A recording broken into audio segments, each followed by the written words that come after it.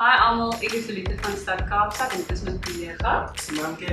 En ons gaan vandag vir julle wys hoe om die Squeezy Bottle te maak. Wat jy nodig het is 'n 1 liter herwinde bottel en 'n doppie, die sagte toppie. Jy kan gewoonlik dit by die waterbottels en dan 'n skerp voorwerp soos 'n naald of 'n koppiespel waarmee jy gaatjies kan druk. Vat die doppie, dan druk jy 'n gaatjie in die middel met die naald en dan beweeg jy uit en jy maak so 5 gaatjies rondom daai eerste gaatjie en dan maak jy 'n tweede ry gaatjies so min of meer 10. Maar maak dit so na aan moontlik as die middel sodat die water nie ver versprei is nie. En dan as dit klaar gedoen is, dan vloei die water so maklik soos dit en jy kan jou hande baie maklik was. En onthou ons moet ons hande was vir ten minste 20 sekondes en ons moet seep ook gebruik. So ons gaan eers ons hande afspoel, 'n bietjie nat maak.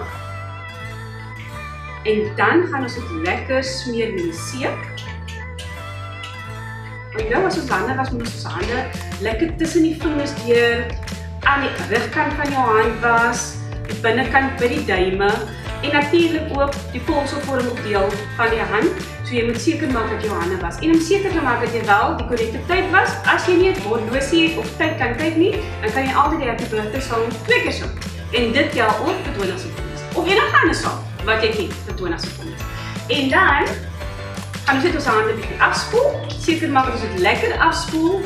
Dan maak jy seker dat jou hande afdroog met 'n skoon handdoek. Of as jy papierhanddoekies het, kan jy dit ook gebruik, maar maak net seker dat jy nie op klere gebruik nie, anders gaan jou hande weer gekontamineer word en jy gaan nog altyd kieme op jou hande hê.